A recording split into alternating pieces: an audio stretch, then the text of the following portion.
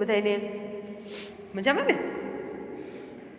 તમારે તો સ્કૂલ ખુલવાનું કાંઈ નક્કી નથી, એટલે બધા મજામાં દેશો કે સ્કૂલે જવાનું નહીં, વહેલા ઉઠવાનું નહીં, 9મું ધોરણ આમ નામ જતું રહે.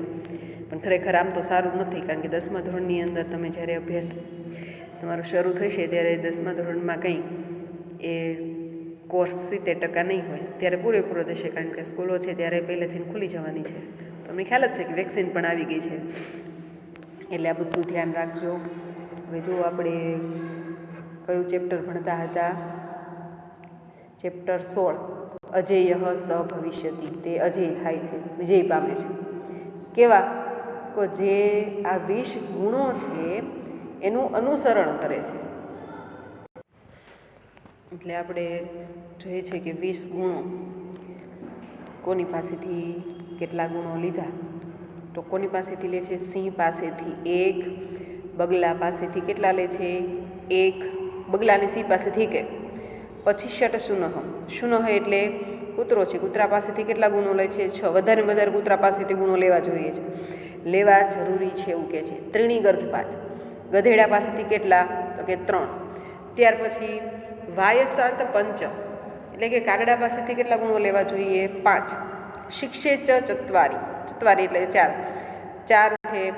એ કુકુટાત અપી, કુકડા પાસેથી 4 ગુણો લેવા જોઈએ. પુનરાવર્તન કરીએ છીએ આપણે. ત્યાર પછી આગળ આમ તો ઘણા બધા શ્લોક છે, આપણે 6 શ્લોક સુધી તો પૂર્ણ થઈ જ ગયા છે, છતાં પણ એકવાર પુનરાવર્તન કરીએ. ઘણા એવા છે કે જેને આગળનો લેક્ચર ભેરો નહીં હોય, બરાબર છે, એના માટે થઈને આપણે થોડું પુનરાવર્તન કરીને આગળ ભણીએ.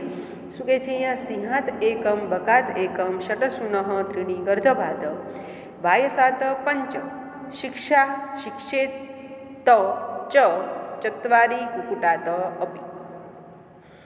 સંધિ ઘણી બધી જ આમાં છે ને? સિંહાત એકમ, બકાત એકમ, સિંહ પાસેથી 1, બગલા પાસેથી 1, કૂતરા પાસેથી 6, ગધેડા પાસેથી 3, કાગડા પાસેથી 5 અને કુકડા પાસેથી 4 ગુણો લેવા જોઈએ, શીખવા જોઈએ. એવું ગુજરાતી એનું થાય છે. ત્યાર પછી બીજો શ્લોક છે, પ્રભુતમ અલ્પકાર્ય વા યો નરઃ કર્તૃમ ઈચ્છતિ, અથવા ઘણું અથવા ઓછું કાર્ય જે વ્યક્તિ છે કરવા ઈચ્છે છે, સર્વ આરંભેન તત કુર્યાત સિંહાત એકમ પ્રકીર્તિતમ. પ્રકીર્તિતમ એટલે કહેવાયું છે સર્વ આરંભના, સર્વ આરંભેન એટલે બધા જ પ્રયત્નોથી, તત કુર્યાત તે કરવું જોઈએ. કોની જેમ? તો કે સિંહ પાસેથી. સિંહ પાસેથી આ એક ગુણ કહેવાયો છે. કયો ગુણ? તો કે જે થોડું અથવા વધારે કામ કરવા ઈચ્છે છે જે વ્યક્તિ, એણે એ કાર્ય છે બધા જ પ્રકારના પ્રયત્નથી કરવું જોઈએ. આવો એક ગુણ છે સિંહ પાસેથી કહેવાયો છે. ત્યાર પછી ત્રીજો શ્લોક આપણે જોયું કે સર્વે ઇન્દ્રિયાણી સંયમ્ય, બધી જ ઇન્દ્રિયોને સંયમિત કરીને, બકવત પતિતો જનઃ, બગલાની જેમ પડેલો માણસ, કાલ દેશ ઉપપન્નાની, કાળ અને દેશને ધ્યાનમાં રાખીને, સર્વ કાર્યાણી સાધેત, બધા જ કાર્યોને સિદ્ધ કરે છે. પ્રાપ્ત અશી, ત્યાર પછીનો બીજો શ્લોક છે કે પ્રાપ્ત અશી સ્વઅલ્પ સંતુષ્ટ સુનિન્દ્ર શીઘ્રચેતન પ્રભુભક્ત ચ શુર ચ જ્ઞાતવ્યા સ્વગુણા હિ શટ. આ શ્લોકની અંદર આપણે જોયું છે કે ખરેખર કોની વાત કરવામાં આવેલી છે?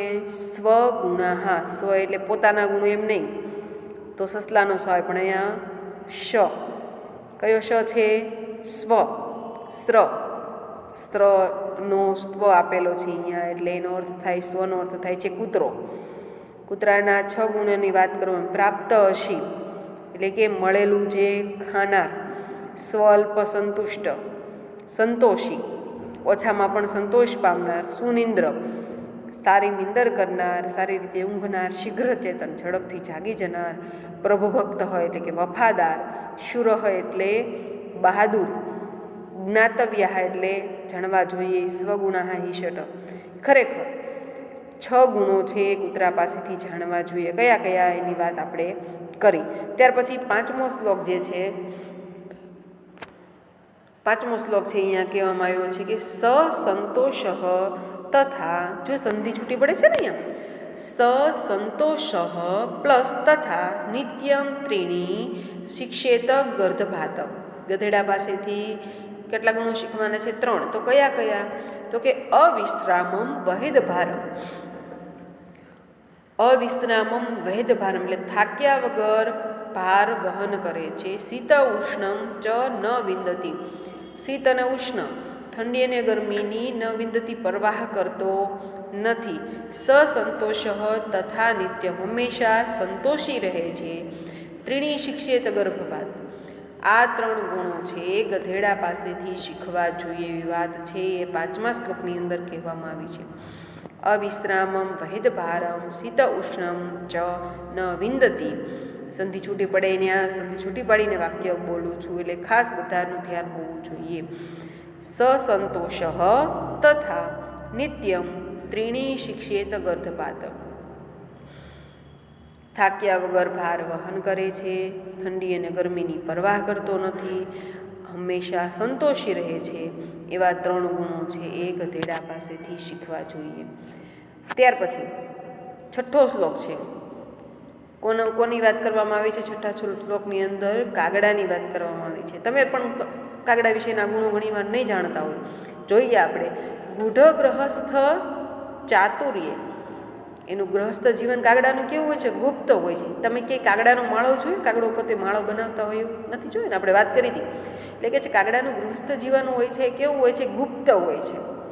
પછી ચાતુર્ય એટલે કે ચતુરાઈ, એ બીજો ગુણ એનો થયો. ત્યાર પછી કાલે ચ આલય સંગ્રહમ. કાલે એટલે યોગ્ય સમયે માળો બાંધવો, આ ત્રીજો ગુણ થયો. ત્યાર પછી અપ્રમાદ.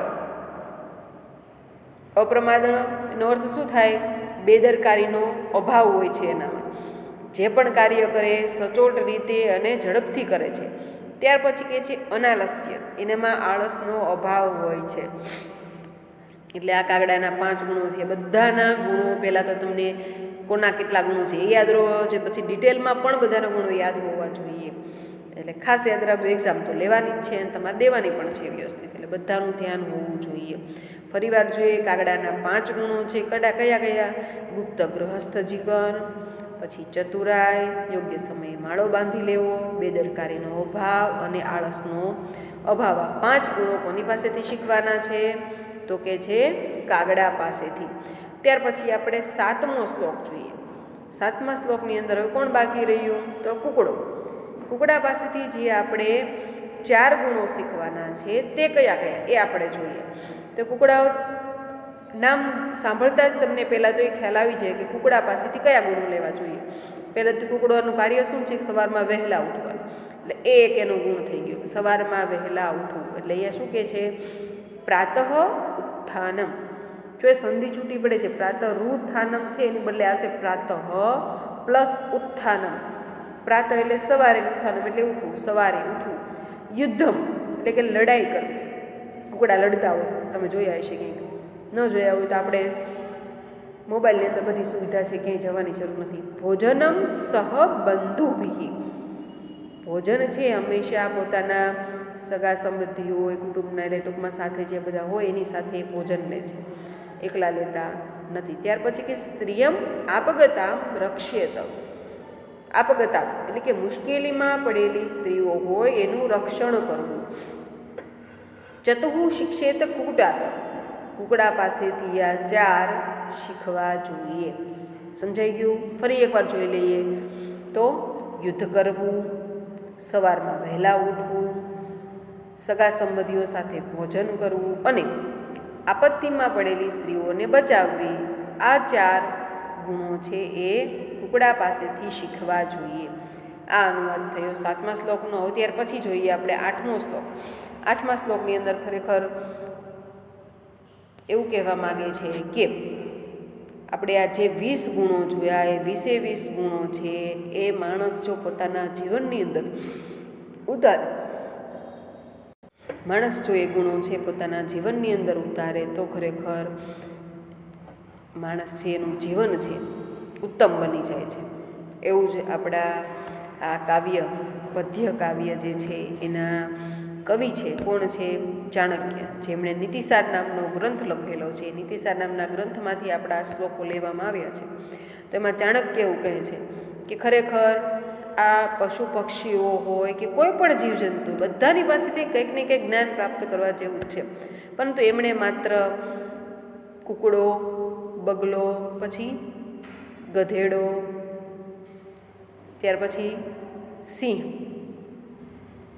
વાત કરીને, સિંહ, પછી કૂતરો, બગલો, ગધેડો, કાગડો અને કૂકડો, આ 6ની વાત કરી છે અહીંયા કે 6 જે પશુ પક્ષી છે એની પાસેથી 20 ગુણો છે લેવા જેવા છે. કોની પાસેથી કેટલા ગુણો લેવા જોઈએ તો યાદ રાખવાનું, સિંહ પાસેથી 1, બગલા પાસેથી 1, કૂતરા પાસેથી 6, ગધેડા પાસેથી કેટલા 4, કાગડા પાસેથી 5 અને ગધેડા પાસેથી 3, કૂકડા પાસેથી 4 અને કાગડા પાસેથી 5. લાઈનમાં યાદ રાખવાનું, ગુણો લેવા જોઈએ એવી વાત છે. હવે છેલ્લા શ્લોકની અંદર કરવામાં આવેલી છે. શું કે છે? ય એતાન વિંશંતિ ગુણાન આચરિષ્યતિ માનવ, કે જે માણસ આ 20 ગુણોનું આચરણ કરે છે, પોતાના જીવનની અંદર એનો અનુભવ કરે છે, એ અનુસાર વર્તન કરે છે, કાર્ય અવસ્થાસુ સર્વાસુ અજેય સ ભવિષ્યતિ, એ દરેક કાર્યની અવસ્થાઓમાં હંમેશા અજેય સ ભવિષ્યતિ, વિજયી થાય છે. કે જે માણસ આ 20 ગુણો જે કીધા એનું અનુસરણ કરે અને જે એને કાર્ય સિદ્ધ કરવાનું છે એનું કાર્ય છે એ હંમેશા સિદ્ધ થાય છે.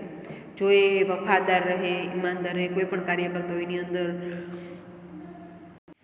વહેલા ઉઠે, થોડીક ચતુરાઈ રાખે, આવા બધા ઘણા થાક્યા વગર એ જે એનો ગોલ છે એ મેળવવા માટે થઈને પરિશ્રમ કર્યા કરે, સંતોષ રાખે, આવા બધા ગુણો છે એ જો એ માણસના જીવનની અંદર આવી જાય તો માણસનું જીવન ખરેખર ઉત્તમ બની જાય અને એને જ્યાં સુધી પહોંચવું છે, એનું જે ગોલ છે ત્યાં સુધી એ પહોંચીને રહે છે. એવું ચાણક્ય છે એના નીતિસાર નામના ગ્રંથની અંદર આપેલ શ્લોકો છે એની અંદર કહેવા માગે છે. હવે આપણે એનો સ્વાધ્યાય પણ જોવાનો છે, કારણ કે તમે તો પાછા 9મા ધોરણની અંદર સ્વાધ્યાય પોથીમાં લખતા હશો, લખો છો ને સ્વાધ્યાય પોથીની અંદર. તો આપણે સ્વાધ્યાય પોથીની અંદર તો મોટા ભાગે જે ગ્રામર હોય છે એના જવાબ તમને આપેલા જ હોય છે, આપેલા હોય છે, માત્ર તમારે અનુવાદ છે એ જ લખવાનું હોય છે. એટલે ખાસ બધા વિદ્યાર્થીઓ ધ્યાનમાં રાખજો, અનુવાદ, ત્યાર પછી પ્રશ્નોના જવાબ, આ બધું તમારે વ્યવસ્થિત તમારી બુકની અંદર છે એ લખવાનું છે. હવે આપણે થોડીક વ્યાકરણની પણ ચર્ચા કરવાની છે. આપણે વ્યાકરણ જોવાનું છે તો એની અંદર હેસ્તન ભૂતકાળ, હેસ્તન ભૂતકાળના જે પ્રત્યયો છે અમ, મ, સ, તમ, ત, એ પ્રત્યયો અને એની સાથે સ્મનો પ્રયોગ છે 9મા ધોરણની અંદર અને 10મા ધોરણમાં પણ, 10મા ધોરણમાં તો 4 માર્કનો પૂછાય છે, 9મામાં 3 માર્કનો પૂછાય, તે ખૂબ અગત્યનો છે, તે પણ સાથે જોવાનો છે, તે પણ સાથે જોઈ લઈએ આપણે. આમ તો ભણાવેલા જ છે તમને હસ્તન ભૂતકાળના પ્રત્યયો, છતાં એકવાર આપણે ભણી લઈએ. હસ્તન ભૂતકાળ પરસ્મય પદ, એની અંદર જુઓ શું છે? પ્રત્યયો અમ, વ, મ, સ, તમ, ત, ત, તામ, અન, એ રીતના યાદ રાખવાના છે તમારે. ત્યાર પછી આત્મનેપદના છે ઈ, વહી, મહી, થાહા, ઇથામ, ધ્વમ, ત, ઇતામ, અંત. આ બંને પ્રત્યયો વ્યવસ્થિત તમે સંસ્કૃતની બુકની અંદર લખી નાખવાના. પાઠના પહેલાં લખો તોય વાંધો નહીં. એની અંદર જુઓ તમે સરસ મજાનું વાક્યો છે, જોઈ શકો કે ઋષિ ગુરુકુલે અપઠત, ઋષિ છે એ ગુરુકુળની અંદર ભણતો હતો. એટલે કે ગઈકાલ ભૂતકાળની અંદર જે બની ગયેલું છે એની જ્યારે તમે વાત કરતા હોય ત્યારે હસ્તન ભૂતકાળના જે પ્રત્યયો છે એનો ઉપયોગ થાય છે. હવે હયહ શબ્દનો અર્થ થાય છે ગઈકાલ, એટલે કે માનો કે આજે શુક્રવાર છે તો ગઈકાલ કયો વાર હતો? ગુરુવાર થાય ને, તો હયહ ગુરુવાસરહ, ગઈકાલે ગુરુવાર હતો, એ રીતના વાક્ય છે બને. પરહ્યહનો અર્થ થાય છે ગયા પરમ દિવસે, તો બુધવાર થાય, બરાબર. એ રીતના ટૂંકમાં ભૂતકાળવાચક જ્યારે વાક્યો હોય ત્યારે તમને ખાસ હસ્તન ભૂતકાળના પ્રત્યયો વપરાયેલા જોવા મળે. હવે જુઓ, હસ્તન ભૂતકાળના રૂપો તમને અહીંયા આપેલા જ છે, ખાસ યાદ રાખી લેવાના. ત્યાર પછી આપણે હસ્તન ભૂતકાળ પ્રમાણે જે રૂપો બનાવેલા છે એ જોઈએ. તો ખાસ એક વસ્તુ યાદ રાખવાની કે જ્યારે હસ્તન ભૂતકાળના પ્રત્યયનો ઉપયોગ થયેલો હોય ત્યારે અ છે પહેલાં આવેલું હોય, એટલે તમને એટલું તો તમે પહેલાં ઓળખી જ શકો કે આ હસ્તન ભૂતકાળના પ્રત્યયો વપરાયેલા છે. પછી ઓળખવાનું કે કયો પુરુષ છે ને કયું વચન છે. બરાબર. આગળ ફરજિયાતપણે આવેલો જ હોય. અહીંયા તમને જો પઠ ધાતુ છે એના હસ્તન ભૂતકાળના રૂપો બનાવવાના કીધેલા છે. પઠ આપણે વર્તમાન કાળમાં પઠના કેમ બનાવ્યા હતા? પઠામી, પઠાવહ, પઠામહ એ રીતના બનાવ્યા હતા. પરંતુ અહીંયા અલગ રીતના બનશે કારણ કે એના પ્રત્યયો પણ અલગ હોય. તો પરસ્મૈપદી પઠ ધાતુ છે એના આપણે પરસ્મૈપદીના પ્રત્યયો છે બનાવવાના છે. પઠ ધાતુ છે પ્રથમ ગણનો છે એટલે વ મ સ તમ ત તામ અન એ કોઠા પ્રમાણે આપણે પઠ ધાતુ છે એના રૂપો છે બનાવવાના છે. તો શું થશે? છે તો અપઠમ તો પહેલાં આવે જ, એ તમારે લખી નાખવાનું. અપઠમ, અપઠાવ, અપઠામ. ત્યાર પછી છે અપઠહ, અપઠતમ, અપઠત. જો અહીંયા બીજો પુરુષ બહુવચનમાં ત ખોડો નથી અને ત્રીજો પુરુષ એક વચનમાં ત ખોડો છે. આ ખાસ યાદ રાખજો, આવું બહુ એક્ઝામમાં પૂછાય છે. ત્યાર પછી ત્રીજો પુરુષ જે છે અપઠત, અપઠતામ અને અપઠન. ખાસ યાદ રાખજો, રૂપો તમે બનાવો એટલે તમને ખ્યાલ પડી જશે. ત્યાર પછી લભ ધાતુ છે એના આપણે આત્મનેપદના પ્રત્યયો બનાવવાના છે. તો આત્મનેપદના રૂપો છે શું છે કે ઈ અથવા એ બેમાંથી કોઈ પણ એક આવે. ઈ વહી મહી, થાહા ઇથામ ધ્વમ, ત ઇતામ અંત. ત ઇતામ અંત એ પ્રમાણે આપણે રૂપો બનાવીએ તો શું થશે? અહીંયા લભ ધાતુમાં અલભે, કારણ કે એનો પ્રયોગ થયો ત્યાં જો અલભે, અલભા વહી, અલભા મહી, અલભ થાહા, અલભે થામ, અલભ ધ્વમ, અલભત, અલભેતામ, અલભંત. ત્યાર પછી નૃત ધાતુ છે એનો અર્થ થાય છે નાચવું. એ ચોથો ગણ છે. તો હસ્તન ભૂતકાળ પરસ્મૈપદ પ્રમાણે તેના રૂપો બનાવીએ તો જો તમને ગણ જે છે કેટલા છે? 10. પણ આપણે અત્યારે સંસ્કૃતની અંદર કેટલા ગણ ભણવાના આવે છે? 4 ગણના ધાતુઓનો ઉપયોગ થાય. એટલે જો અહીંયા તમને કાઉન્સમાં લભ ધાતુ છે પ્રથમ ગણનો છે, પઠ ધાતુ પ્રથમ ગણનો છે, નૃત ધાતુ છે ચોથા ગણનો છે, ત્યાર પછી વિદ ધાતુ છે એ ચોથા ગણનો છે, લીખ ધાતુ છે એ છઠ્ઠા ગણનો છે. એ રીતના આપેલું છે તમને. તો તમને કીધેલું છે કે વિકરણ પ્રત્યય છે એ 4, આપણે જે 4 ગણ ભણવામાં આવે છે એનું, તો 1, 4, 6 ને 10 એ 4 ગણ છે એના ધાતુઓ આપણે ભણવામાં આવે છે. તો એ પહેલો ગણ છે એનો વિકરણ પ્રત્યય છે અ. પ્રથમ ગણ છે એનો વિકરણ પ્રત્યય છે અ. ચોથો ગણ છે એનો વિકરણ પ્રત્યય છે ય. છઠ્ઠા ગણનો વિકરણ પ્રત્યય છે અ. જ્યારે તમે એના પ્રત્યયો છે એ મૂળ ધાતુ શબ્દ છે એની સાથે લગાવો ત્યારે એનો ઉપયોગ થાય. તમને શીખવાડેલું જ છે. અને 10મા ગણ છે એનો પ્રત્યય છે અય. ખાસ યાદ રાખજો. ત્યાર પછી જો હવે ચોથા ગણનું બનાવવાનું છે. ચોથા ગણનો વિકરણ પ્રત્યય શું છે? ય છે. તો અહીંયા નૃત્ય શબ્દ છે તો અનૃત્યમ. નૃત ધાતુમાં ય છે એ ચોથા ગણનો વિકરણ પ્રત્યય છે એટલે ત્યાં ય લાગે છે. જો અનૃત્યમ, અનૃત્યાવહ, અનૃત્યામ, અનૃત્યમ, અનૃત્યાવ, અનૃત્યામ, અનૃત્યહ, અનૃત્યમ, અનૃત્યત. કારણ કે ચોથો ગણ છે એટલે વિકરણ પ્રત્યય ય આવ્યો. અનૃત્યત, અનૃત્યતામ, અનૃત્યન એ પરસ્મૈપદના છે. ત્યાર પછી વિદ. વિદ શબ્દનો અર્થ થાય છે હોવું અથવા થવું. ચોથો ગણ હસ્તન ભૂતકાળ આત્મનેપદ. આત્મનેપદના બનાવેલા છે રૂપે, ખાસ યાદ રાખવાનું. ત્યાર પછી જો ચોથો ગણ આત્મનેપદ, એમાં પણ જો અવિધ્યે દ છે એની અંદર ય ભેળું એટલે દ ને ય ધ્ય થઈ ગયો. ચોથા ગણનો વિકરણ પ્રત્યય ય છે એના માટે થઈને ઘણાને પ્રશ્નો થાય કે આમાં અવિધ્યે શબ્દ કેવી રીતના બન્યું? તો ચોથો ગણ છે એનો વિકરણ પ્રત્યય ય છે એટલે અહીંયા વિદ દ શબ્દની અંદર ય ભેળો એટલે વિધ્ય શબ્દ થઈ ગયો અને એનો વિકરણ પ્રત્યય યને સ્થાને. અને આપણે અહીંયા શું છે? ઉત્તમ પુરુષ પહેલો પુરુષની અંદર એક વચન ઈ અથવા એ. તો અહીંયા શું ભળે છે? એ. એટલે થાય છે અવિધ્યે, અવિદ્યા વહી, અવિદ્યા મહી, અવિદ્યથાહા, અવિદ્યેથામ, અવિદ્ય ધ્વમ, અવિદ્યત, અવિદ્યેતામ અને અવિદ્યંત. ત્યાર પછી લીખ ધાતુ છે છઠ્ઠા ગણનો છે. છઠ્ઠા ગણનો વિકરણ પ્રત્યય શું છે? અ. એ પરસ્મી પદ પ્રમાણે એનું આપણે રૂપાખ્યાન બનાવવાના છે. તો અલિખમ, અલિખા વ અને અલિખા મ. અલિખહ, અલિખતમ, અલિખત, અલિખત, અલિખતામ, અલિખન. ખાસ યાદ રાખજો, ધીમે ધીમે શાંતિથી પેલા રૂપો પાકા કરજો. જેનો કોઠો છે તે પરસ્મી પદના આદમાની પદના મૂળ પ્રત્યયો.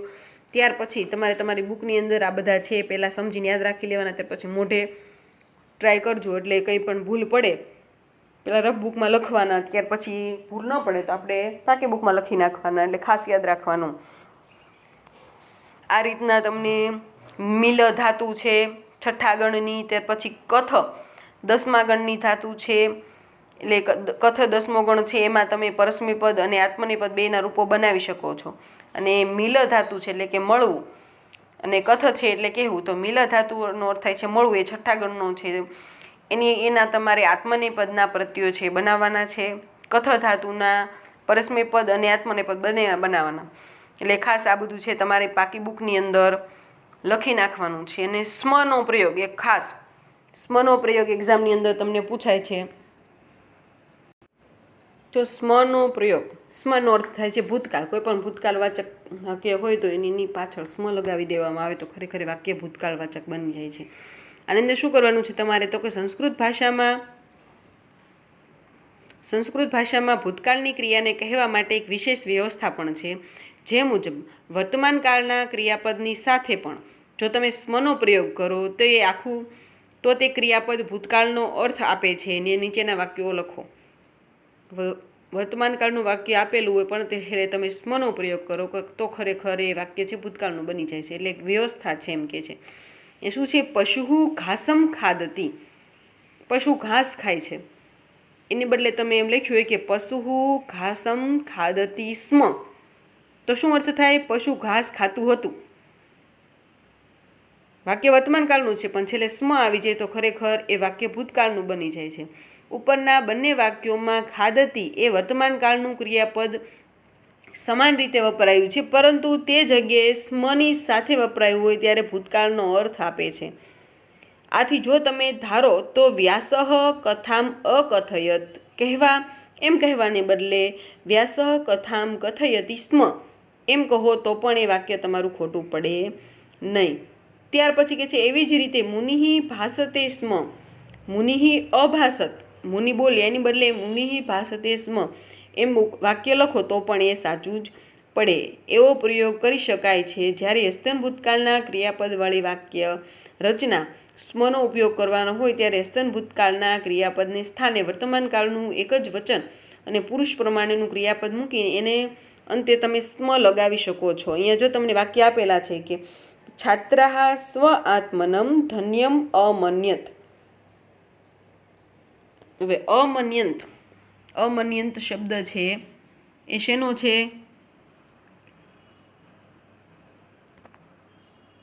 અમન્યંત શબ્દ છે એ હસ્તન ભૂતકાળ આત્મની પદ બહુવચનનો છે, ત્રીજો પુરુષ બહુવચનનો છે.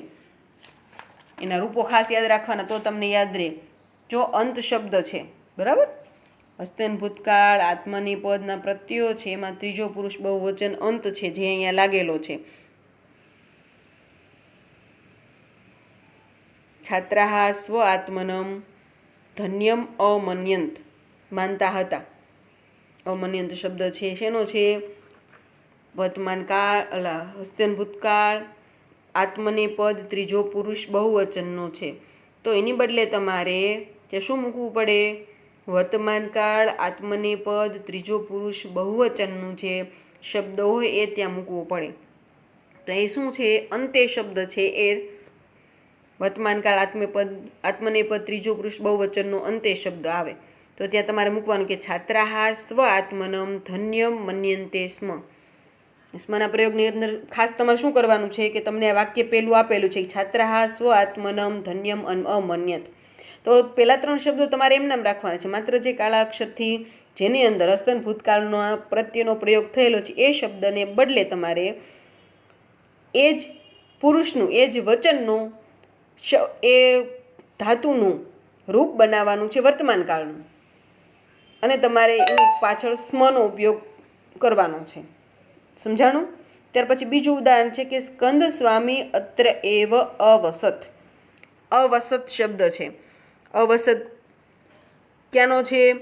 તો હસ્તન ભૂતકાળ, પરસ્મય પદ, ત્રીજો પુરુષ એક વચનનો છે. જો ખોડો ત છે એટલે ત્રીજો પુરુષ એક વચન છે, તો એના બદલે તમારે શું કરવાનું?